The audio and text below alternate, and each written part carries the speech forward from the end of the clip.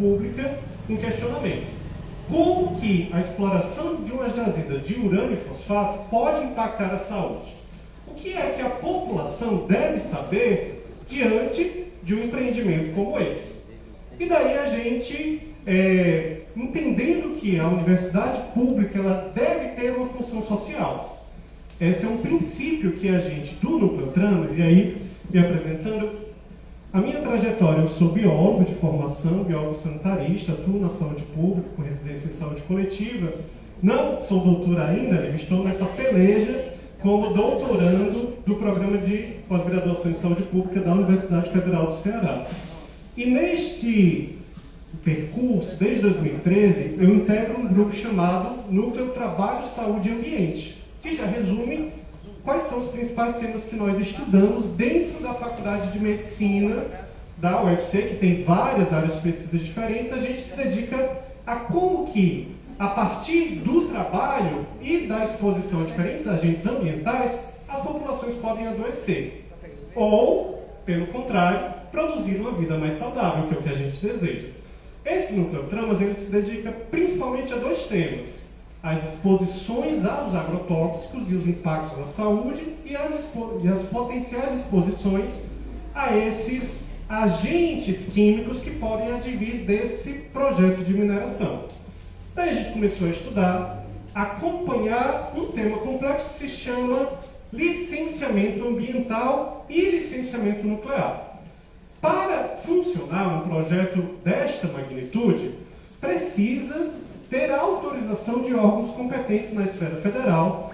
E neste caso, como a gente está falando de um mineral radioativo que traz potenciais impactos para o ambiente e a saúde das populações, ele é licenciado tanto pelo IBAMA, licenciamento ambiental, como pela Comissão Nacional de Energia Nuclear, vinculada ao Ministério de Ciência e Tecnologia, que faz o controle de todos os usos de radiação no Brasil.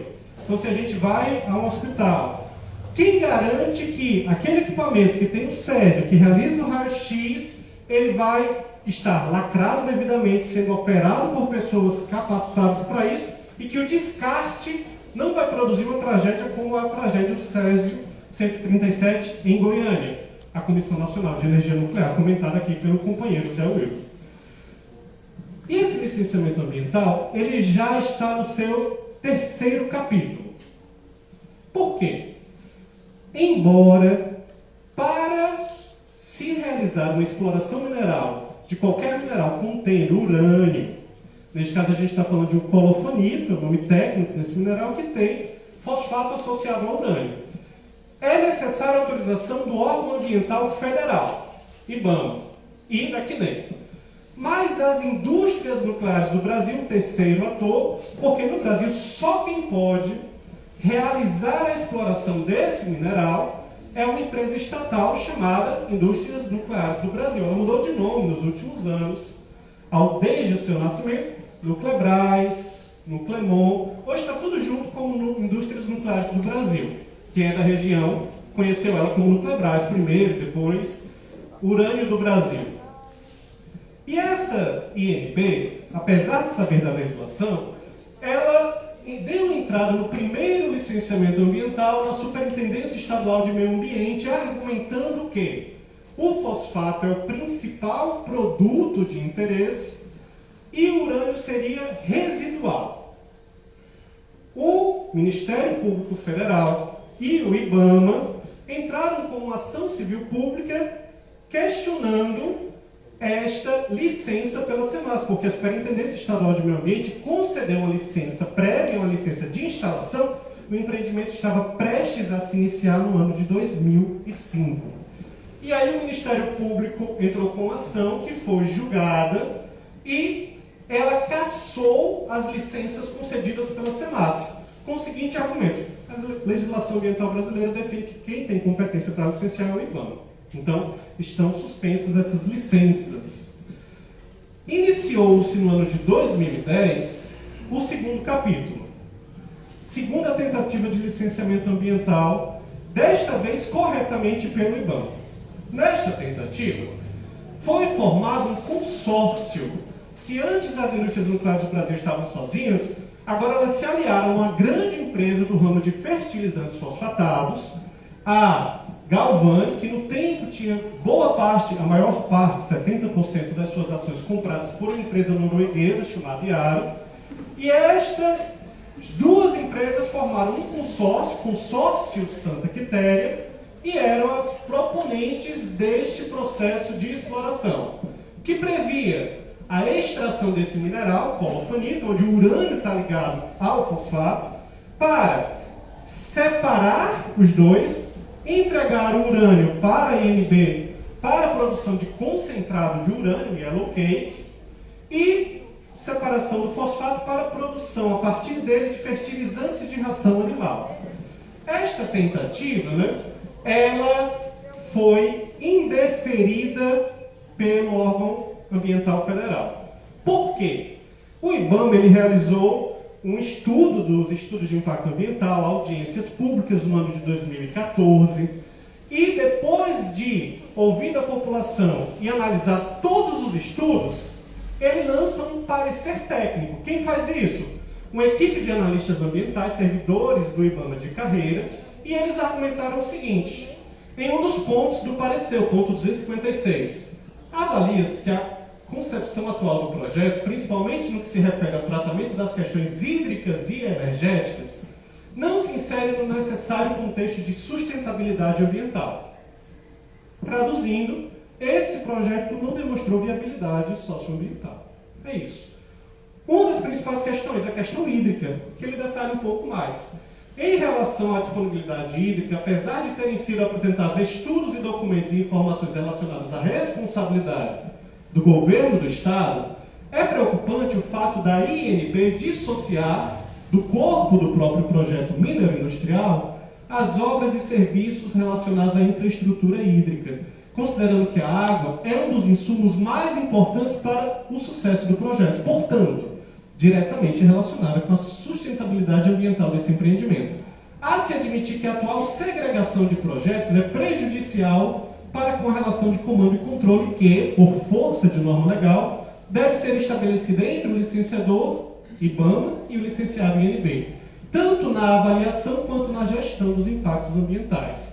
O IBAMA está dizendo, apesar do governo do Estado do Ceará estar dizendo que há viabilidade hídrica para o projeto a partir da sua Secretaria de Recursos Hídricos, da outorga que foi concedida e renovada posteriormente, do ponto de vista da análise ambiental, isto não está comprovado e é muito problemático.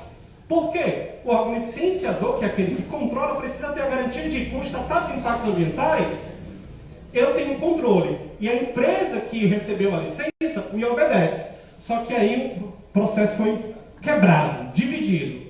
Uma parte que sem ela não funciona, que é o fornecimento de água, está sob a responsabilidade do governo do Estado, e outra parte, que é a exploração, está sob a responsabilidade da INB.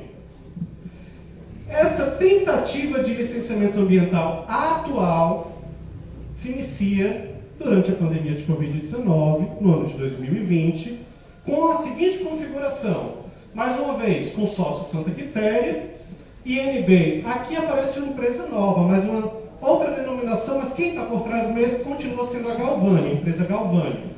Mas agora se apresenta como Fosfatos Norte e Nordeste, Fosnor. Produção, 2.300 toneladas anuais de concentrado de urânio e 1.050.000 toneladas anuais de derivados fosfatados. O projeto Santa Quitéria, proposto, ele é uma grande unidade minero-industrial. Envolve a extração mineral e o processamento e beneficiamento em unidades industriais.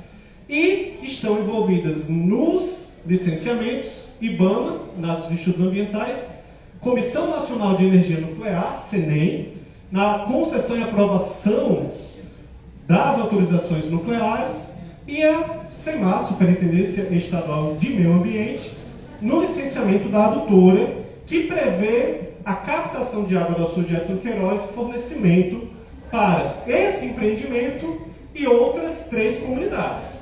Mas bem mais que 99% do total utilizado nessa adutora seria, caso construída, para abastecer o empreendimento. Quais foram os últimos passos?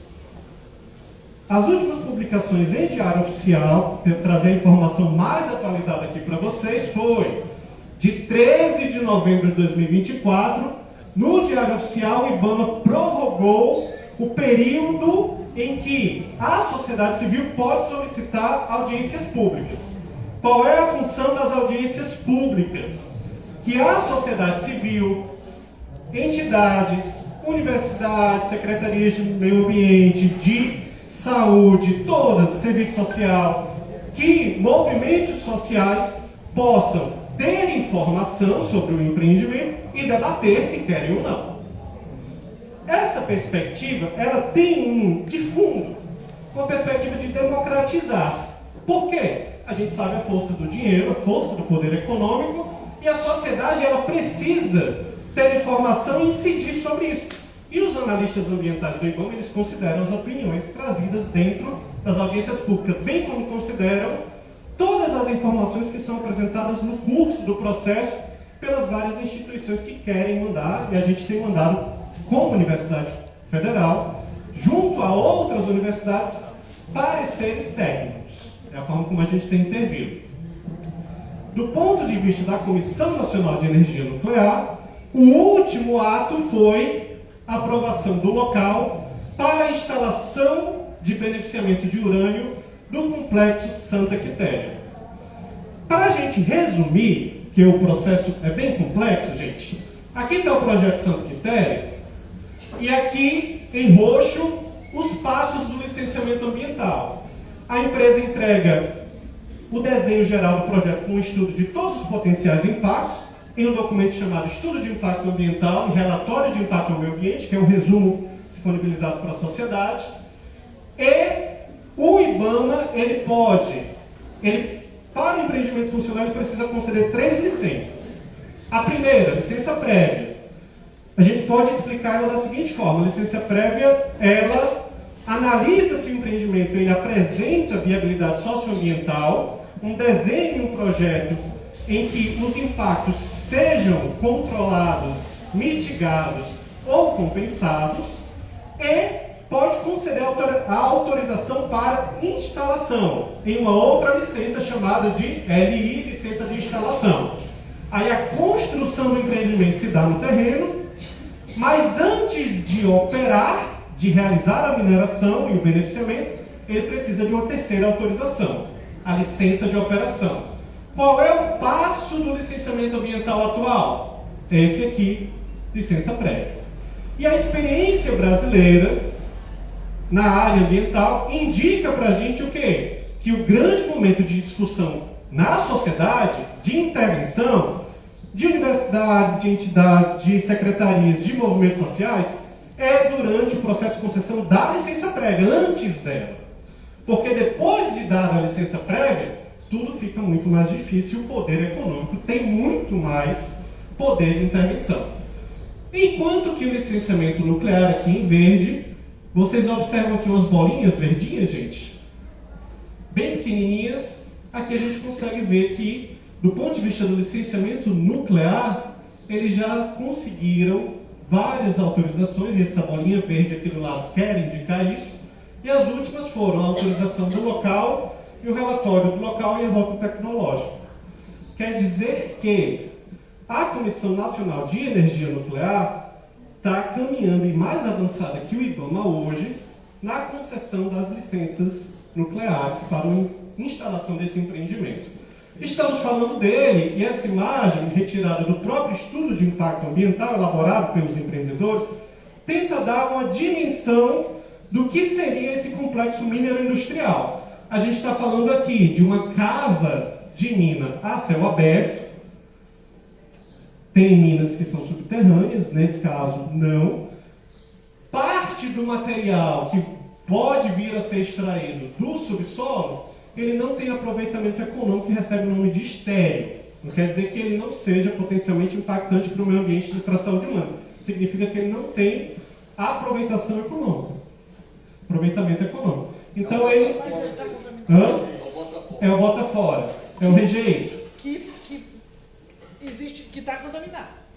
Esse rejeito, como a gente está falando de um mineral que tem urânio associado, ele vai ter tanto urânio como também outros metais pesados e radioativos.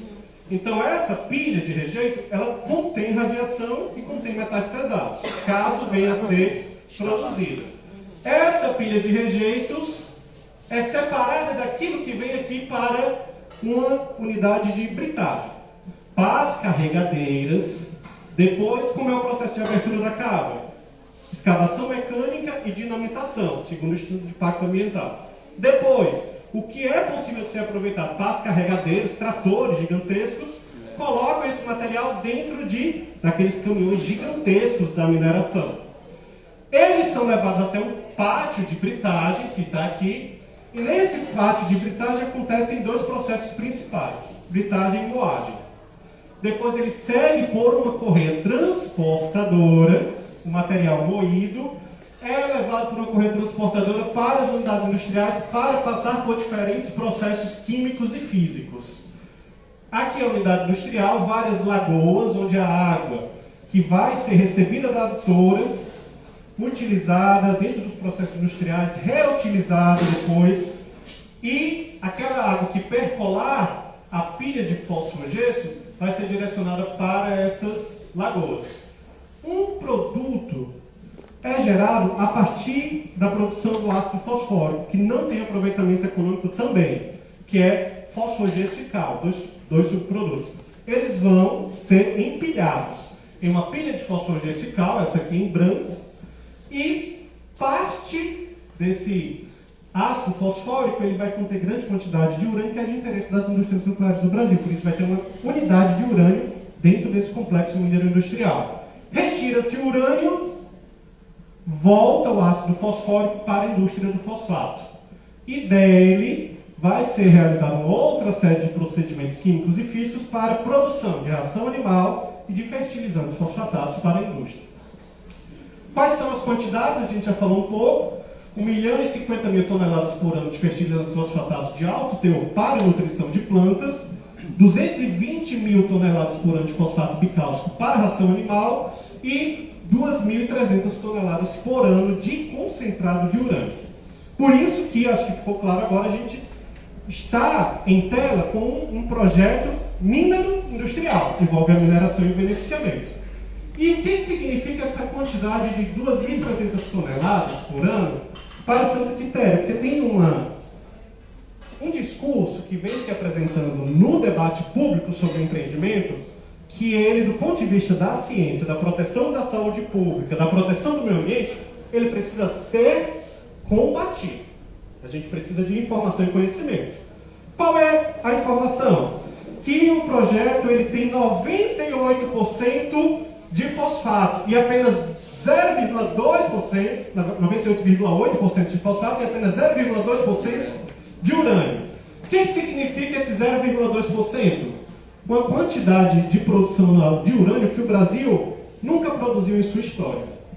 A primeira exploração de urânio no Brasil foi realizada em Caldas, Minas Gerais, e a produção não era de 92,3 toneladas. Durante 13 anos foi produzido 1.200 toneladas. Produção total. Em Caetité, na Bahia, a única mineração de urânio em operação atualmente no Brasil, 250 toneladas, e no período de 15 anos foram produzidas, no total, 3.750 toneladas. A proposta para Santa Quitéria, embora de fato seja 0,2%, ela representa 2.300 toneladas anuais, que em 20 anos podem somar 46.900. Olha o comparativo dessas 46.900 com o que o Brasil já teve de experiência. E por que a gente destaca isso enquanto universidade? Porque a experiência de acidentes na operação das indústrias nucleares do Brasil é extremamente preocupante. A gestão ambiental dessa empresa, ela tem várias falhas operacionais ao longo dos anos, tanto em Caldas como em Caetité. E a gente apresentou tudo isso num parecer técnico. Não, a gente apresenta as informações e assina. A gente tem responsabilidade técnica sobre essas informações.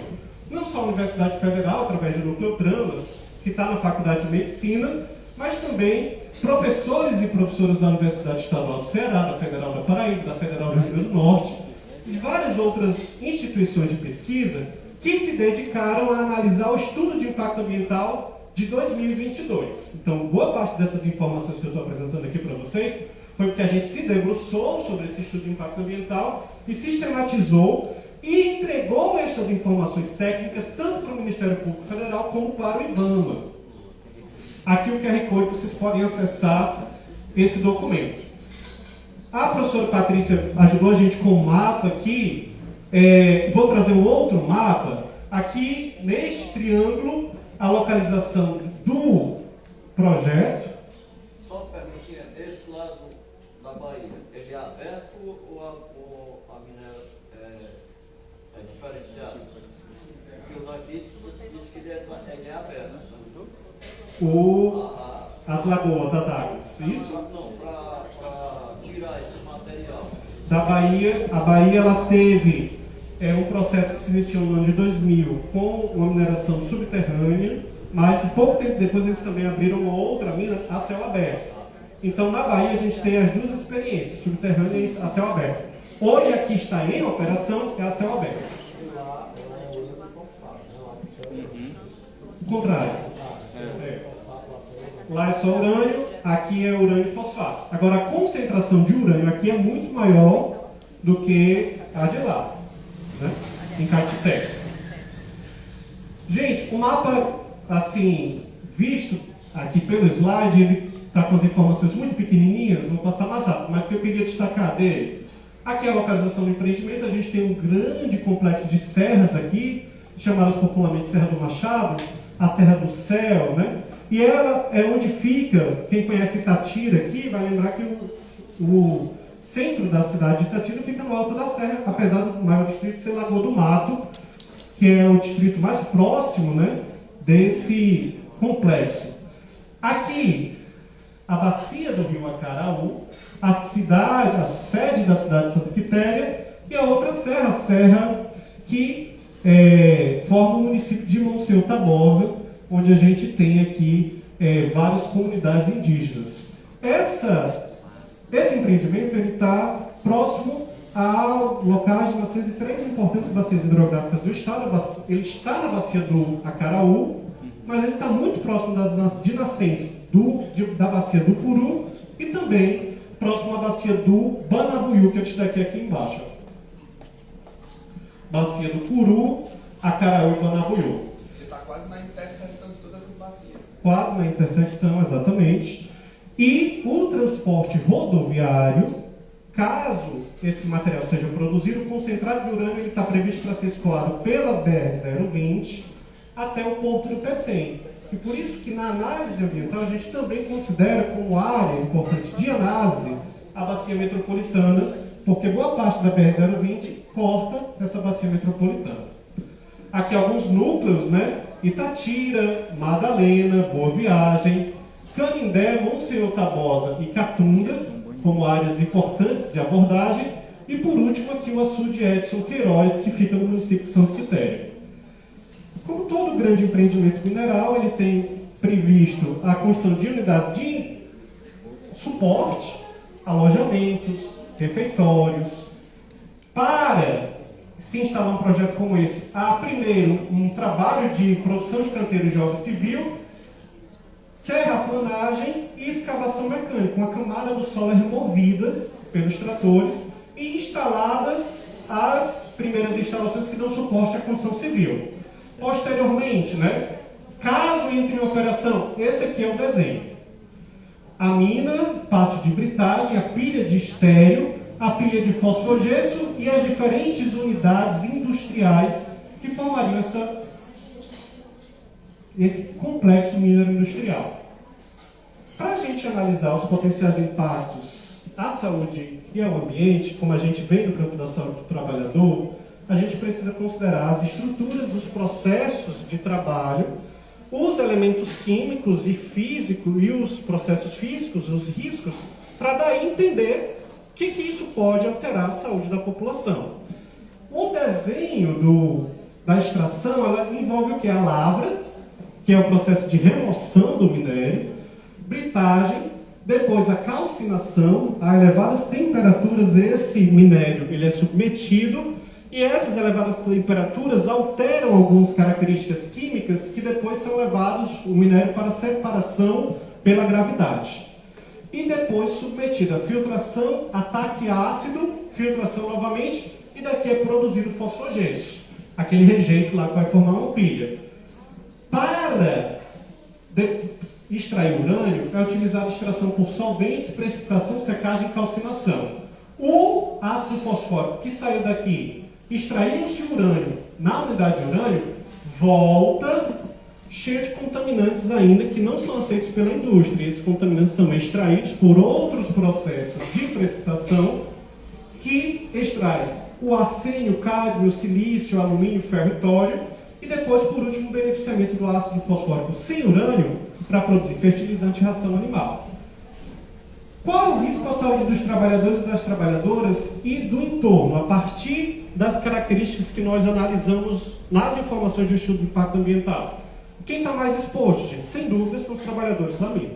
Mas segundo eles, não. Né? Lá no estado, foi o que eles disseram lá para nós. Você estava lá na bancada lá, porque eles disseram que os EPI protege 100%. Você pode virar até uma Highlander lá, você vai virar imortal.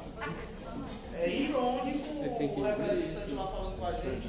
É desrespeitoso com a sociedade civil, porque eles falam com frieza. E aí o que eu disse, o senhor vai para a questão do impacto financeiro, não é isso? Eu sugeri que botasse banana, pede banana lá, bananeira lá para ele, lá do lado das minhas que ele disse que não causa nenhum impacto, e ele começa a banana para saber se já tem impacto para ele. Já que ele disse que não tem impacto nenhum para a população, o professor Rafael estava lá, eu disse. Infelizmente é desrespeitoso o que eles dizem que tem isso aí, todo o controle que eles dizem que existe, mas que não existe o retorno para a cidade. Porque assim, quando a gente vai falar no lado econômico, o que é que fica para a cidade? Não fica nada. O que é que fica? Qual é o impacto que tem para o Estado? Qual é o retorno que tem de imposto para o Estado? Qual é o retorno que tem de imposto, de arrecadação de imposto para o município? Nenhum. Nada, aí quando vai dar eles fazem uma formação, eu questionei aí, o professor Rafael estava lá. O senhor é o representante lá da indústria, né, da empresa, sou. Se você diz que não tem impacto, então para que está fazendo uma capacitação de profissionais de saúde? Ele me respondeu isso. Se não existe impacto, então para que formação? Traz uma... A gente fica indignado, né, Luiz Carlos? Mas aqui eu quero fazer também um elogio diante desse tipo de informação e dessas estratégias, são estratégias empresariais. Né? Eles têm interesse econômico no papel que vem sendo desempenhado pelos servidores públicos do órgão ambiental federal, o IBAMA. Por quê? Existe uma pressão política de parlamentares, do próprio governo federal gigantesca. Mas esses servidores, eles estão fazendo a legislação ser cumprida.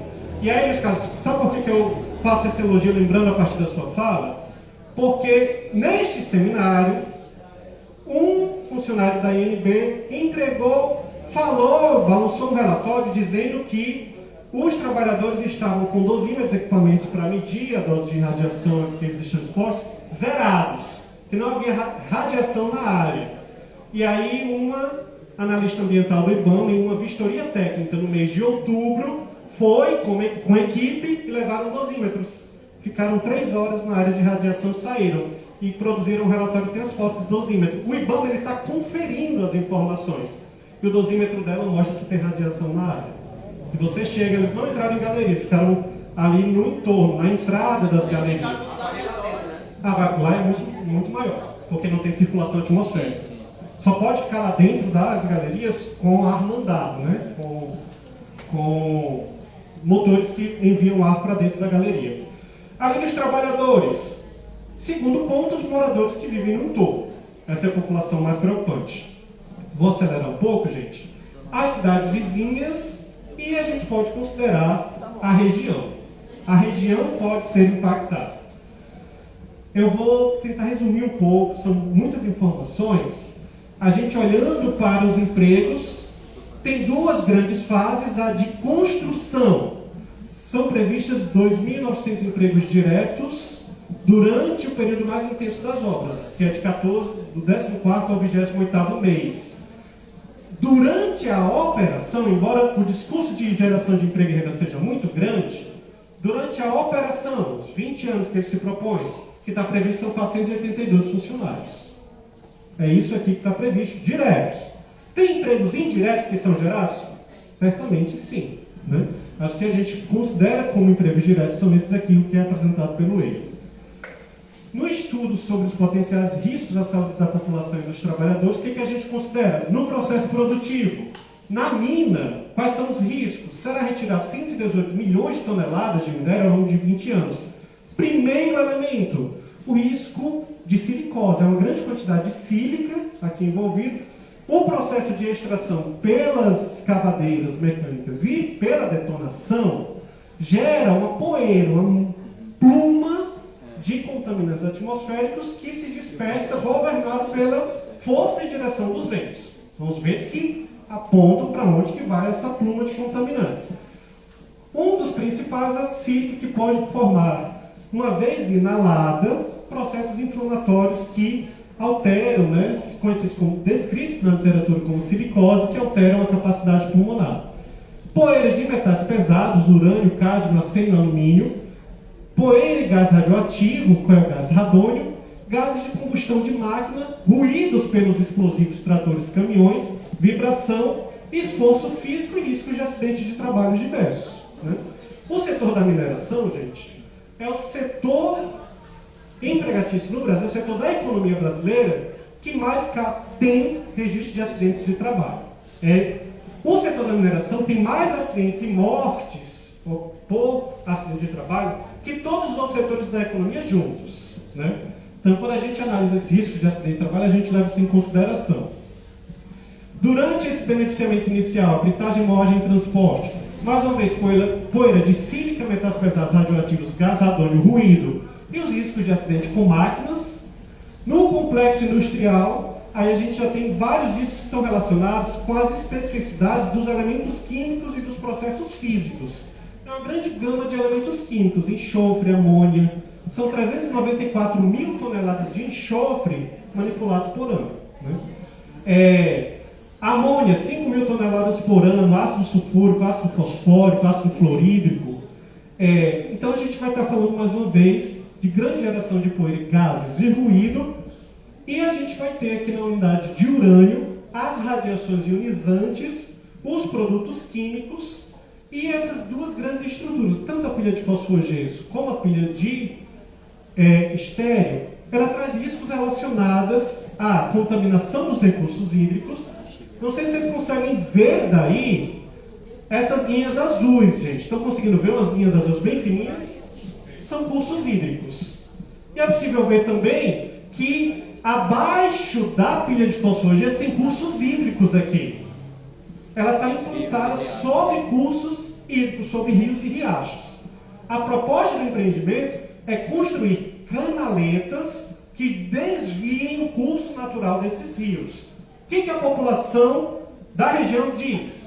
Primeiro, que a Serra do Céu ela tem uma elevada declividade, do topo 880 metros.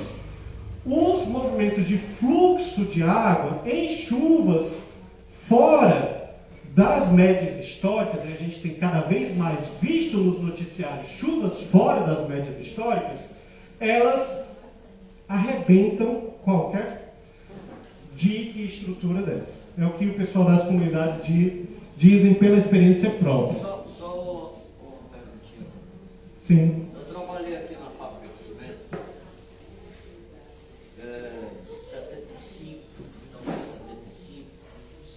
E de onde tirava a pedra, que é para 200 anos, a mina lá, de onde tirava, o carro já entrava, na minha época, já entrava lá para dentro da mina. E aí ele vinha com a carrada. Tinha local que ficava custava, porque aparecia Lençol freático, né? É isso. Aflorado. Aí então o que acontece? Tinha uns motores enormes para tirar essa água de dentro.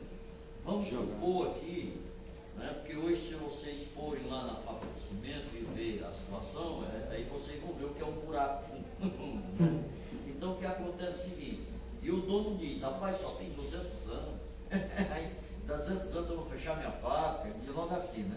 Bom, essa água que fica lá, porque está em céu aberto, ele pode pegar um recurso hídrico lá embaixo e tal, ele vai para contaminar. Isso também foi pensado, que ele vai. No caso lá, a água é limpa, ele pode usar. No caso da Fabrício, mas nesse caso aí, não tá. Nesse caso, a estrutura desse minério, ela tem uma grande concentração também de enxofre. Quando a gente vai ter a mistura de H2O com enxofre, a gente vai produzir um ácido, que é o ácido sulfúrico. O ácido sulfúrico, esse processo de mistura acontece naturalmente. Em aberturas de cavas como essa, ele é um problema, porque ele faz o que a gente chama de drenagem ácida de mina.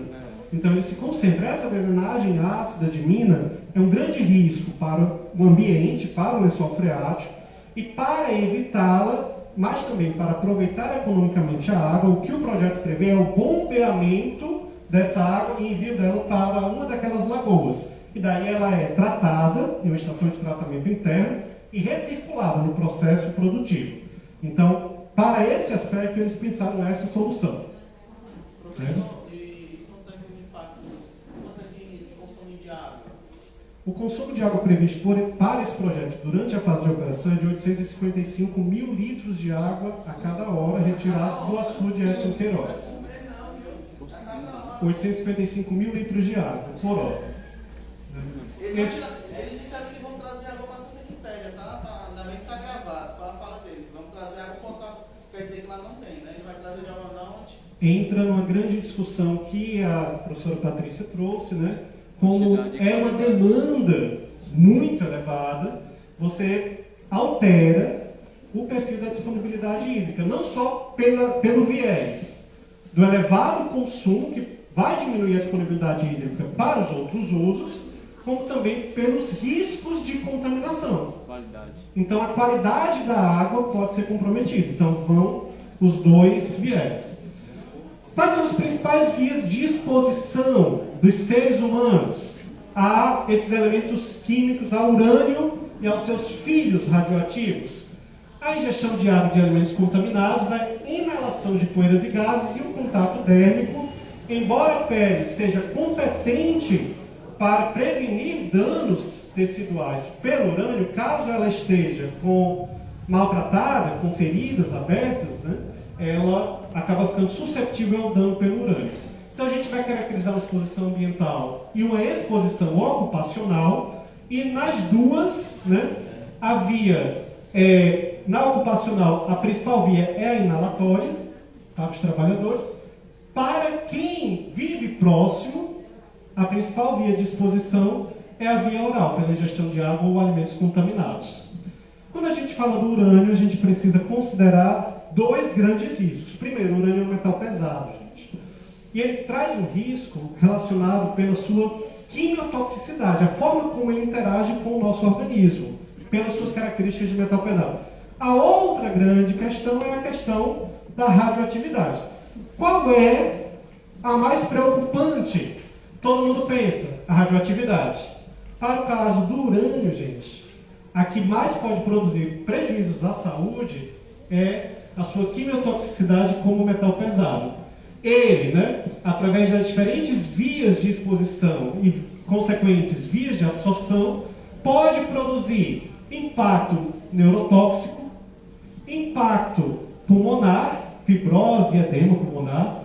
Ele tem uma elevada hepatotoxicidade, danos no fígado, danos aos rins, uma nefrotoxicidade, pode produzir uma toxicidade reprodutiva, produzir uma toxicidade nos ossos, né? E aí, como eu já falei, as principais vias de exposição: inalação, a ingestão de água e alimentos contaminados e o contato dérmico.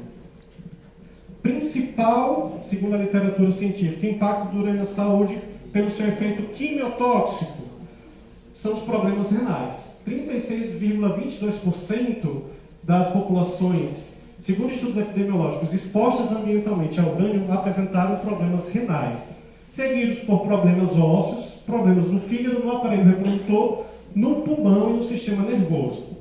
Essa toxicidade é somada à radiotoxicidade. Por quê?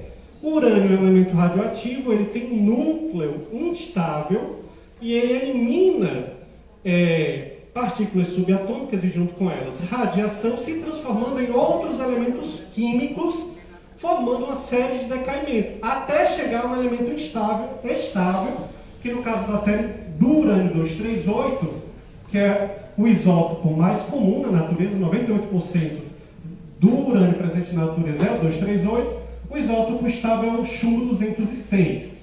Antes de chegar ao chumbo 206, ele se transforma em tório, protactídeo, rádio, radônio, polônio, chumbo, e todos esses outros elementos químicos da sua cadeia de decaimento podem produzir danos tanto pela radiotoxicidade como pela quimiotoxicidade. Então, gente, quando a gente fala urânio, ele nunca está sozinho. Nunca.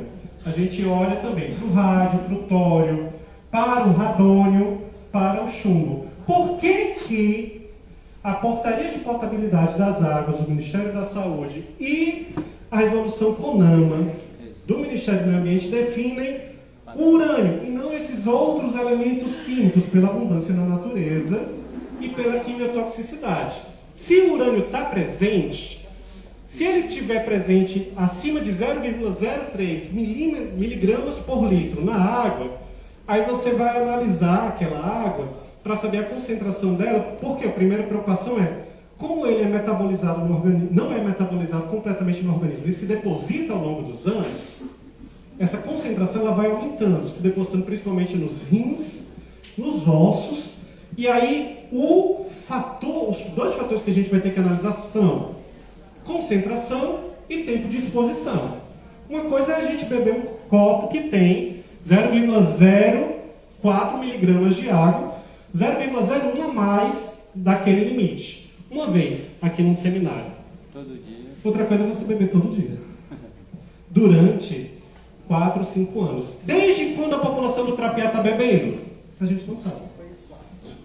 Para identificar os potenciais danos à saúde da população, o estudo epidemiológico, que é o que o... Tem vida longa, né? O estudo tem vida longa, mas o povo não tem. Mas o povo não tem, exatamente. Por isso que a gente precisa prevenir e atuar sob a lógica da precaução. E aí, gente, o radônio é um gás radioativo inodoro, incolor, insípido, filho do urânio, e esse gás, que faz parte da cadeia de decaimento, ele fica no subsolo como bolsões de gás. Se existem fraturas, ele escapa e se dispersa na atmosfera, mas, em geral, ele, no processo de mineração, ele vai escapar durante a operação, pelas vibrações, pela perfuração, pelas explosões, e ao escapar ele vai para a atmosfera e se dispersa. Mas como ele é radioativo, ele emite radiação e se transforma em um outro elemento químico, no caso do radônio 222, no polônio. E aí ele precipita. E o polônio é um elemento altamente quimiotóxico e radiotóxico também, tanto 218 como 214. Os efeitos radiotóxicos estão relacionados porque essa energia que esses elementos radioativos liberam, ela pode afetar diretamente moléculas importantes para a informação genética, como é o caso do DNA, ou alterar então pequenos íons formando radicais livres dentro do nosso organismo e esses, por sua vez, atacarem a estrutura de biomoléculas informacionais do DNA. E caso isso aconteça, você tem a previsão de alterar a estrutura do DNA e o principal problema relacionado a isso é o surgimento de cânceres. Né? Que tipos de cânceres? Principalmente exposição a radônio, câncer de pulmão. A Agência Internacional de Pesquisa em Câncer, a IARC, é um órgão internacional que tem, hoje, do ponto de vista da ciência, um trabalho sistemático, mais bem estruturado ao longo de vários anos, revisando vários estudos científicos e monografias sobre exposição e risco para câncer. E o que eles consideram? Que devido às suas propriedades radio- e quimiotóxicas, o urânio 233, 234, 235 e 238 foram reconhecidos como cancerígenos para animais experimentais, não tem dúvida disso, e possíveis cancerígenos para humanos. Né? devido à sua deposição interna, devido à cadeia de decaimento que deriva em diversos outros metais radioativos, há uma exposição às partículas alfa e beta, e essas partículas internamente depositadas, uma vez que ocorre a inalação ou a ingestão, essas partículas podem alterar a estrutura do DNA. Para os trabalhadores, principais riscos: câncer de pulmão e silicose. Para o trato gastrointestinal, câncer de estômago e câncer de fígado. Câncer dos rins e nefrites. Leucemia no sistema ósseo. Câncer de pele e a angina. Isso é relacionado às características químicas e radiológicas desse mineral. Mas, para falar sobre os potenciais impactos à saúde e ao ambiente, a gente considera um complexo mineiro industrial, considerando também outros fatores, como, por exemplo, os impactos produzidos pelos grandes empreendimentos de saúde. Quando a gente fala de um grande empreendimento, né, a gente considera o seu porte, o número de trabalhadores, como que ele vai alterar a estrutura, a demanda por serviços, a população. E aí, a avaliação de impactos à saúde, que é uma metodologia definida